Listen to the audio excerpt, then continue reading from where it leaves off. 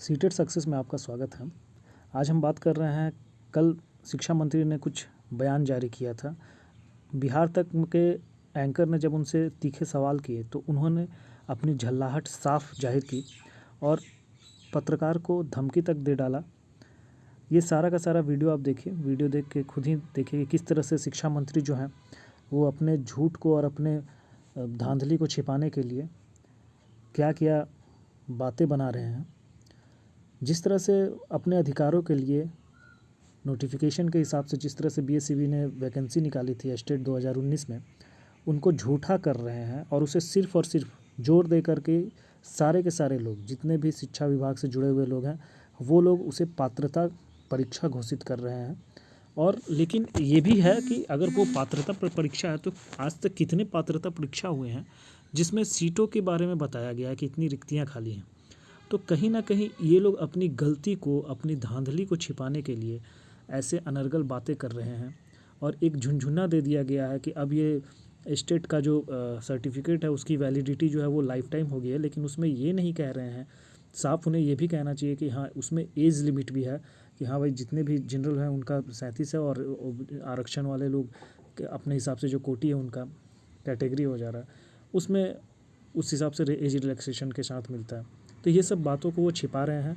और जिस तरह से हमारे मित्र, हमारे भाई बंधु अपने अधिकार के लिए पटना सचिवालय का घेराव कर रहे थे, वहाँ आक्रोश अपना विरोध प्रदर्शन कर रहे थे, उन पे उन लोगों का लाठी चार्ज इस चीज़ को साफ दर्शाता है कि ये जो सरकार है, ये जो शिक्षा मंत्री है, वो नियुक्तियों को लेकर के, वैकेंसीज़ को लेकर के कितनी सजग है और कितने अपने बातों पर कायम रहती है।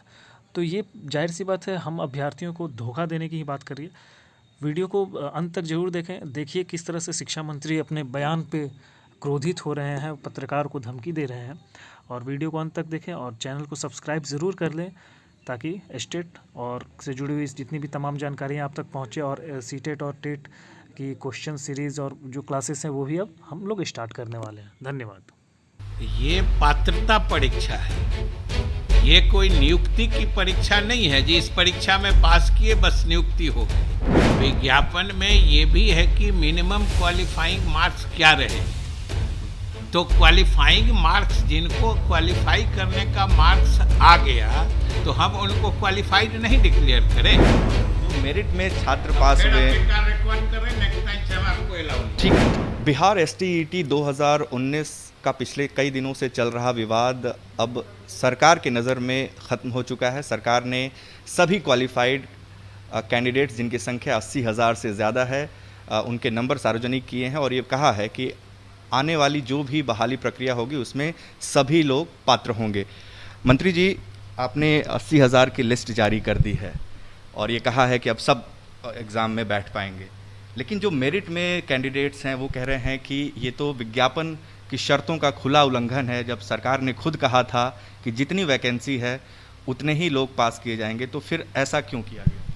नहीं, एक चीज़ ये हमेशा समझ लीजिए कि ये पात्रता परीक्षा है, ये कोई नियुक्ति की परीक्षा नहीं है जी इस परीक्षा में पास किए बस नियुक्ति हो गई। ये आपको पात्रता देता है कि, और सबसे बड़ी बात है कि नियुक्ति की प्रक्रिया नियोजन इकाई वार होती है और हर नियोजन इकाई विज्ञापन निकालेगी 7वें चरण में, और उसमें जो सफल योग्य अभ्यर्थी हैं ये लोग उसमें आवेदन करेंगे।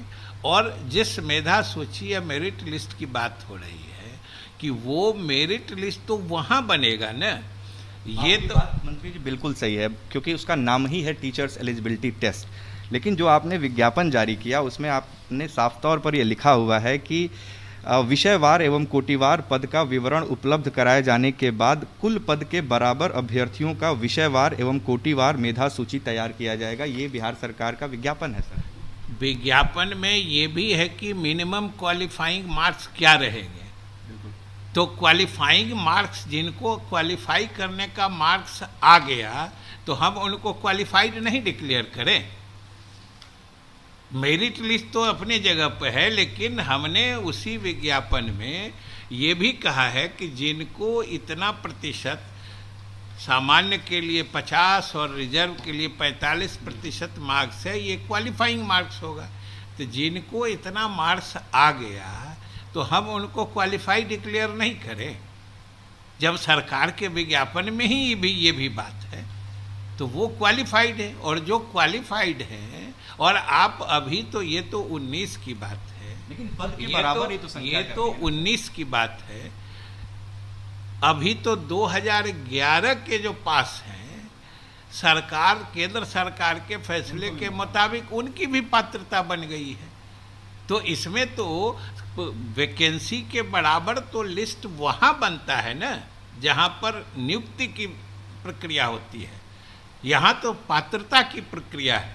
इसलिए ये फर्क हमेशा समझा जाना। माध्यमिक शिक्षा के निदेशक ने बिहार बोर्ड को ये लेटर लिखा था 30 सितंबर 2019 को, और उसमें उन्होंने साफ लिखा था कि इस क्रम में यह भी सूचित करना है कि माध्यमिक शिक्षक पात्रता परीक्षा 2019 में माध्यमिक और उच्च माध्यमिक प्रक्षेत्र अंतर्गत विभाग द्वारा माध्यमिक शिक्षक पात्रता परीक्षा 2019 के लिए उपलब्ध कराई गई रिक्तियों के बराबर अभ्यर्थियों को उत्तीर्ण कराया जाए। इसका मतलब साफ है कि जितनी 37,000 वैकेंसी थी उतने लोगों को ही आपको पास कराना था। सर, आपने कहा कि ये पात्रता परीक्षा है, मेरिट इसमें नहीं था, लेकिन ये हाई कोर्ट में बिहार बोर्ड ने ये काउंटर दिया हुआ और इसमें साफ लिखा हुआ है कि that STET 2019 had not been a qualifying examination, rather it is in the nature of competitive examination to select the best teacher। Sir, ये सारी बातें तो आपने ही कही हुई हैं। सर, आप ये बात दूसरी बार बोल रहे हैं और हम भी आपको वो चीज़ दूसरी बार बता रहे हैं कि ये तो मेरिट जो है, कोई भी बताइए कि कोई भी परीक्षा होती है उसमें जो अंक आते हैं तो उसके आधार पर मेरिट लिस्ट बनता है कि नहीं बनता है? उसके आधार पर मेरिट लिस्ट बनता है। लेकिन वो मेरिट लिस्ट किस चीज़ के लिए है? वो पात्रता का मेरिट लिस्ट है ना, नियुक्ति का मेरिट लिस्ट नहीं है। ये फर्क समझना चाहिए। और ये सही है कि उस समय जो कहा गया था, कभी कभी ये अनुमान होता है कि उतने लोग आते, अभी भी बहुत सारे आप देखे होइएगा जो डिटेल हम लोग कोटिवार दिए हैं, उसमें से बहुत जगह सीट के मुताबिक लड़के क्वालिफाई ही नहीं कर पाए, ये भी उस डिटेल में है। तो इसलिए वो चीज़ें अपनी जगह पर हैं। इसलिए अब किसी को भी, आपको भी इस मामले को और अकारण उलझाने से अच्छा है कि सीधा लड़कों को सही चीज़ समझ के सही दिशा की तरफ वो चले और इंतज़ार करें। क्वालिफाइड लड़के हैं, मेरिट वाले लड़के हैं, हम सब लोग, वो बिहार के भविष्य हैं, शिक्षा विभाग के भविष्य हैं। हम उनसे यही कहेंगे कि छठे चरण की नियुक्ति समाप्त होने दें। 7वें चरण की नियुक्ति के लिए नियोजन इकाईवार जो हमारे जिला परिषद हैं, जो हमारे नगर निकाय हैं, वो विज्ञापन जारी करेंगे, वो उसमें आवेदन करें। उस हिसाब से अब ये बताइए कि कोई आदमी नियोजन में कहीं भी मेरिट लिस्ट में है, अगर नियोजन इकाई विज्ञापन निकालती है और वो कहीं अप्लाई नहीं करें तो उनकी नियुक्ति हो जाएगी? तो फिर लेकिन सवाल ये आ रहा है कि सुप्रीम कोर्ट की गाइडलाइन है, सुप्रीम कोर्ट ने साफ कहा हुआ है कि विज्ञापन में कोई बदलाव नहीं किया जा सकता। सर, एक आखिरी सवाल, विज्ञापन में कोई बदलाव नहीं किया, अब आपको सब बात कर दिए।